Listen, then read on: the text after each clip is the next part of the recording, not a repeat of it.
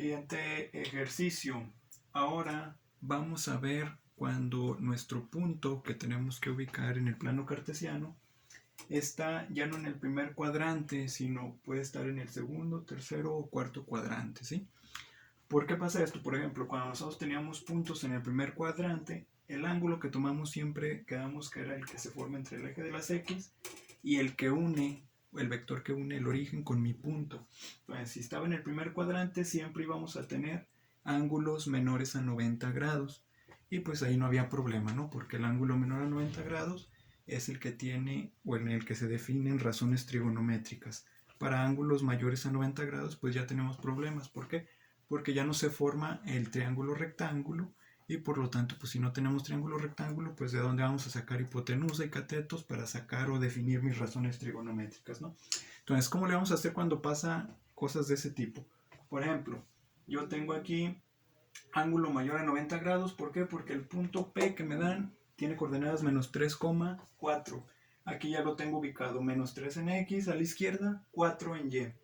Entonces está aquí mi punto, uno el punto con el origen, color línea azul, la línea azul lo une, es mi vector, y ojo con esto, el ángulo al que yo le voy a definir las razones trigonométricas es este ángulo de aquí, ¿no? El que está en color rojo, es el ángulo que hay entre el vector que une el punto y el origen con el eje de las X positivo, ¿no? Es todo este ángulo que está en color rojo. Pero ese ángulo en color rojo es mayor a 90 grados, entonces ya no podemos hacer la creación del triángulo rectángulo que hacíamos en los ejercicios anteriores. Pero, si se fijan, si nos vamos al otro lado de la línea en color azul, se forma otro triángulo rectángulo, o ahí sí se forma un triángulo rectángulo, ¿sí? Esta es la componente en Y, esta es la componente en X. Igual van a ser mis catetos, el color azul o la línea que une el origen con el punto va a seguir siendo la hipotenusa. Pero yo lo que quiero es definir las 6 razones trigonométricas para el ángulo en color rojo. Como no lo puedo hacer en un principio formando un triángulo rectángulo, voy a tomar el triángulo que se forma del lado izquierdo, ¿sí? Este triángulo de aquí. ¿Y qué ángulo? Por ejemplo, yo voy a tomar ese triángulo rectángulo.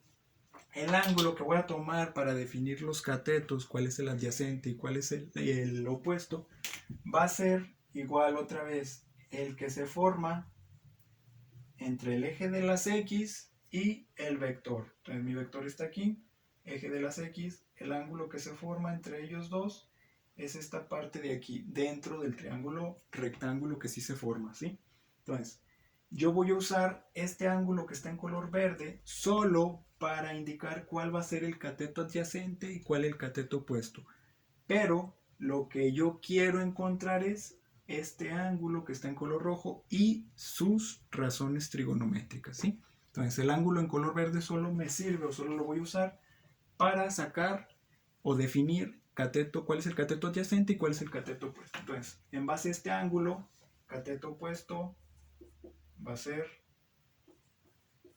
la componente en Y, porque está enfrente, y el cateto adyacente va a ser la componente en X, que es la que está junto al ángulo verde. Entonces, este va a ser igual a cateto adyacente, va a valer menos 3, y el cateto opuesto va a valer 4, ¿sí? Punto y signo lo vamos a tomar. Entonces ya tenemos cateto adyacente, cateto opuesto, la hipotenusa va a ser en color azul, igual es lo primero que hay que sacar para después sacar las razones trigonométricas.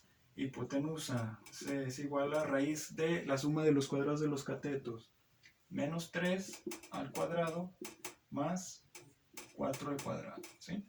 Entonces esto es igual a menos 3 al cuadrado, es 9, más 4 al cuadrado, 16. Entonces 9 y 16 son 25, raíz de 25 es igual a 5. La hipotenusa vale 5 unidades, ¿sí? Entonces ya tenemos hipotenusa, los catetos, vamos ahora sí a definir las razones trigonométricas.